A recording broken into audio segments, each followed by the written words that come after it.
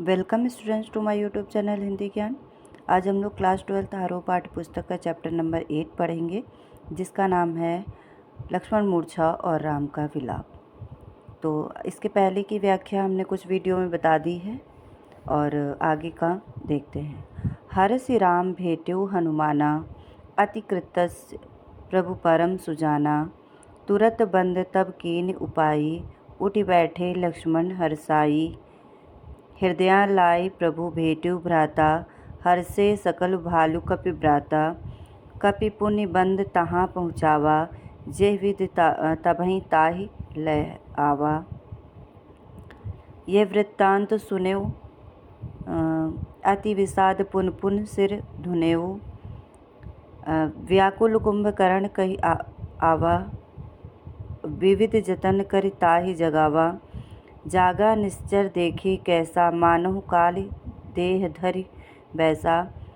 कुंभकर्ण बूझा को भाई, काहे तब मुख रहे सुखाई। तो शब्दों के अर्थ देख लेते हैं इनमें। पहले हरषि मीन्स प्रसन्न होकर। जैसे ही राम जी आते हैं जड़ी बूटी लेकर और लक्ष्मण को दवाई वगैरह दी जाती है और उसके बाद लक्ष्मण उठ जाते हैं। तो जैसे ही हनुमान जी आते हैं और तो जो राम है वो हनुमान जी को अपने हृदय से लगा लेते हैं। तो कृतज्ञ यानी ये कृत से लिखा है, यहाँ पे कृतज्ञ होगा। तो यहाँ पे कृतज्ञ का मतलब होता है आभार। अति का मतलब होता है अत्यधिक। सुजाना का मतलब होता है ज्ञानी और समझदार। वैद्य, वैद्य यहाँ पे ये वैद्य है, तो वैद्य मीन्स डॉक्टर। और लक्ष्मण मीन्स लक्ष्मण। कीन उपाय मीन्स कोशिश, उपाय। हर्षाई मीन्स प्रसन्न होकर। हृदय लाई यानी हृदय से लाया या लगाया।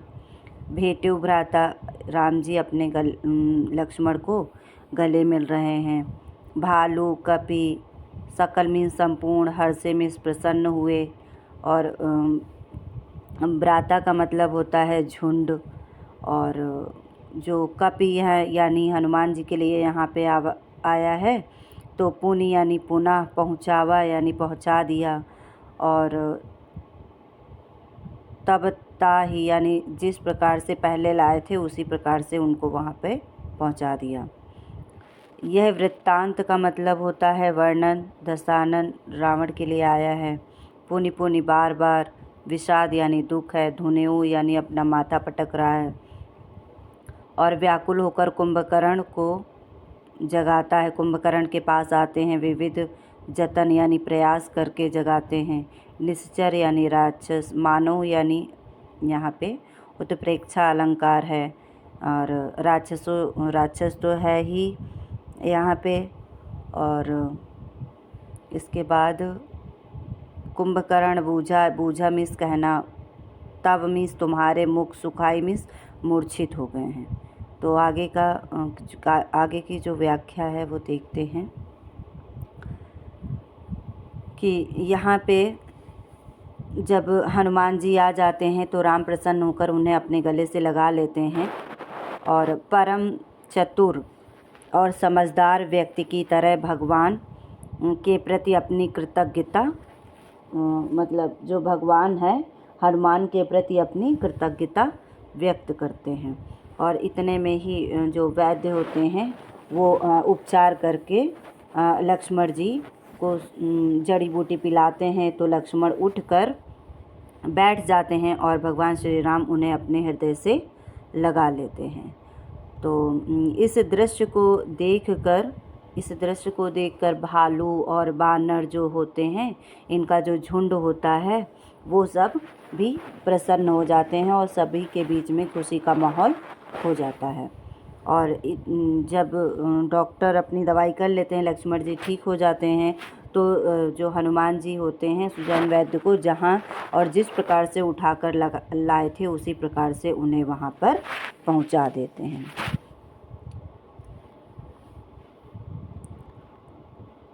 और यहाँ पे इसकी व्याख्या देखते हैं। यह वृत्तांत, जैसे ही लक्ष्मण जी ठीक हो जाते हैं तो उनके ठीक होने की जो सूचना है वो लंका तक पहुंच जाती है महल में। तो जैसे ही वो रावण को पता चलता है कि लक्ष्मण जी सही हो गए हैं, तो वो क्या होता है, दुखी होकर अपना जो सिर होता है वो पटकने लगता है, धुनने लगता है, यानी माथे पे हाथ मारने लगता है और व्याकुल होकर कुंभकर्ण के पास जाता है और अनेक प्रकार से जतन करके कुंभकर्ण को जगवाता है। और जब कुंभकर्ण जाकर जब बैठ जाता है तो उसे देखकर ऐसा लगता है मानो यमराज ने ही स्वयं शरीर धारण करके यानी प्रकट हो गए हों।